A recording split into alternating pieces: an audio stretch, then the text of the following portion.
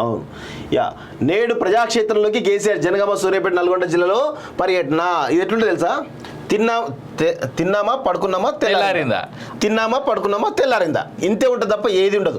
Farm house నుంచి తిని బయటకు వచ్చిండా అటు పోయి ఇట్లా చేసేసి నేనున్నా మీకేం అంతే కథ. కానీ అయిపోయాయి, మళ్ళీ గంటలనే బయటకు వచ్చి మళ్ళీ ఫామ్ హౌస్ వచ్చి మళ్ళీ వంటాడు అంతే. ఏం కేసీఆర్ చేసే పని ఏముంటుంది అక్కడ? రాసి పెట్టుకోండి, తిన్నామా పడుకున్నామా తెల్లారిందా, ఇదే ఉంటుంది తప్ప ఇంకేది ఉండదు, రాసి పెట్టుకోండి అంతే. అన్నింటికంటే హైలైట్ ఇదే కేసీఆర్ అధికారం ఉన్నప్పుడు ఎవరైనా రైతులు దీక్షలు కానీ ధర్నాలు కానీ చేస్తే వాళ్ళకి ఏం పట్టుకొచ్చి తీసుకొచ్చి లోపలేరు ఫస్ట్ అని చెప్పేసి అన్నోడు.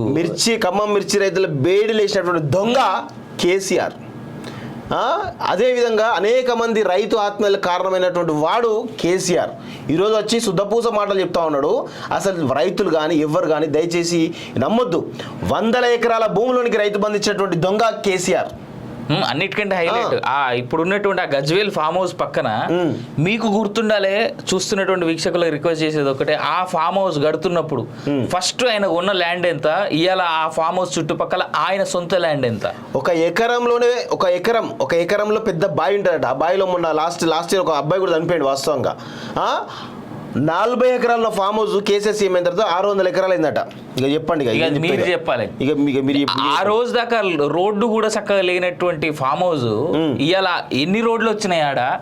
రోడ్ల కోసం మీ దగ్గర నుంచి ఇంత ల్యాండ్ లాక్కున్నారు. నయానా భయానా లేదా మీ ఇంట్లో కిడ్నాప్ చేశా? ఇది మీరు సమాధానాలు చెప్పు. ఇంకొక విషయం, ఫామ్ హౌస్ కి కిలోమీటర్ దూరంలో పోలీస్ స్టేషన్ పెట్టుకున్నానండి.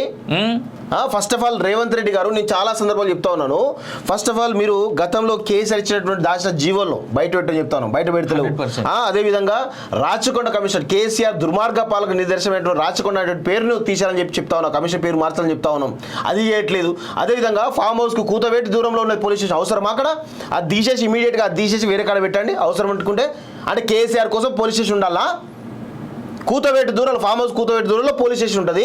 ఆ పోలీస్ స్టేషన్ ఇమీడియట్గా దాన్ని తీసేసి ప్రజలకు అవసరం ఉన్న పెట్టండి. అది అవసరం లేదు, ఓన్లీ కేసీఆర్కి అవసరం కాబట్టి పెట్టుకున్నాడు అక్కడ. ఆ మంది మార్పులు ఆడ ఉన్న చుట్టుపక్కల 10-20 గ్రామాల ప్రజలను ఎప్పుడు కూడా 10 సంవత్సరాలు భయాందోళనలో వాళ్ళొక భయానక వాతావరణంలో విషయం చూస్తూ ఉన్నాం. ఇప్పుడు కొంచెం వాళ్ళకు స్వేచ్ఛ పిలుస్తూ ఉన్నారు. ఇన్ని రోజులు అక్కడ చీమ చిటుకు అన్న ఏది కానీ కనీసం ఏం కూడా తెలిసే పరిస్థితి లేదు వాస్తవంగా. చనిపోయినా కానీ కనీసం అక్కడ బయటికి చెప్పే పరిస్థితి లేదు వాస్తవంగా, మీడియా ముందు చెప్పే పరిస్థితి లేదు. మొత్తం బారికేడ్లు పెట్టేసి అది చేసి ఇది చేసి చేస్తూ ఉన్నారు. ఫస్ట్ రేవంత్ రెడ్డి గారు, మీరు ఇవన్నీ మార్చాల్సిన అవసరం ఉంది. ముందు ఆ కేసీఆర్ ఫామ్ హౌస్ దగ్గర పోలీస్ స్టేషన్ ఉంది, కిలోమీటర్ దూరంలో పోలీస్ స్టేషన్ ఉంది. ఆ పోలీస్ స్టేషన్ని ఇమీడియట్గా తీసేయండి అక్కడ నుంచి.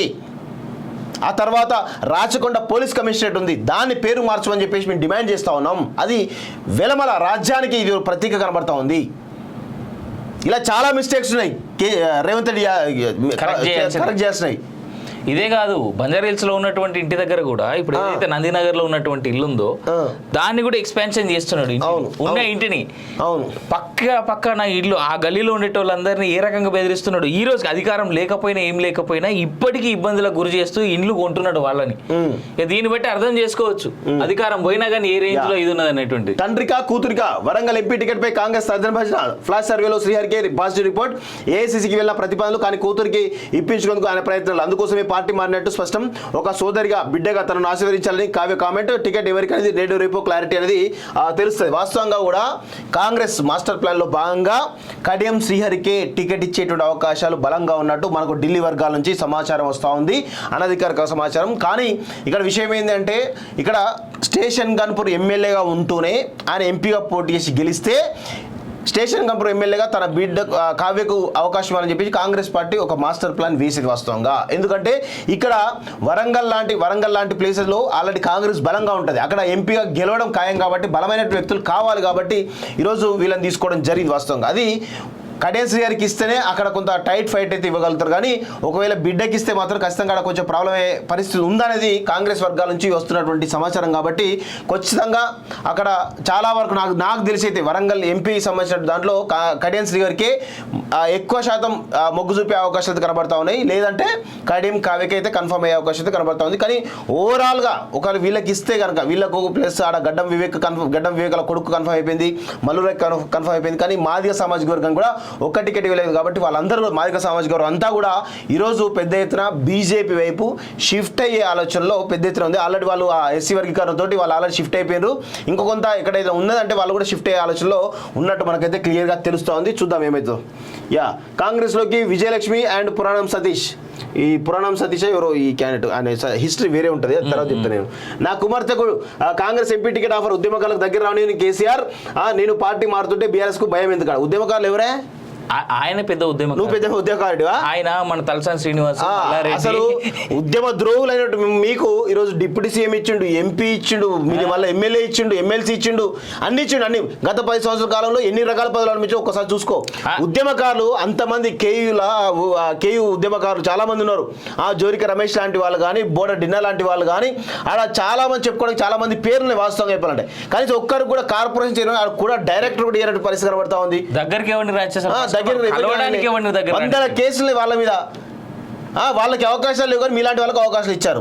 అన్నిటికంటే హైలైట్ ఏంటంటే కేవలం వీళ్ళందరి మీద ఉన్నటువంటి కేసులు పోయిన తర్వాత ఉద్యమకారుల మీద కేసులు ఎత్తేసారు అన్నారు కానీ అసలైన ఉద్యమ నాయకుల మీద, అసలైన ఉద్యమకారుల మీద ఉన్నటువంటి కేసులు ఇప్పటికీ తీయలే. ఎస్, ఇంకొక విషయం ఏంటంటే ఆనాడు ఎన్టీఆర్ గవర్నమెంట్ 1983లో పార్టీ ఏర్పడింది కదా, ఆ తర్వాత వచ్చినటువంటి చాలా విషయాల్లో కడియం శ్రీ గారి ఒక అనామకుడు, అప్పుడు ఒక గవర్నమెంట్ టీచర్, అవును, అలాంటి వాళ్ళు చాలా మందికి టికెట్లు ఇచ్చి గెలిపించుకున్నాడు.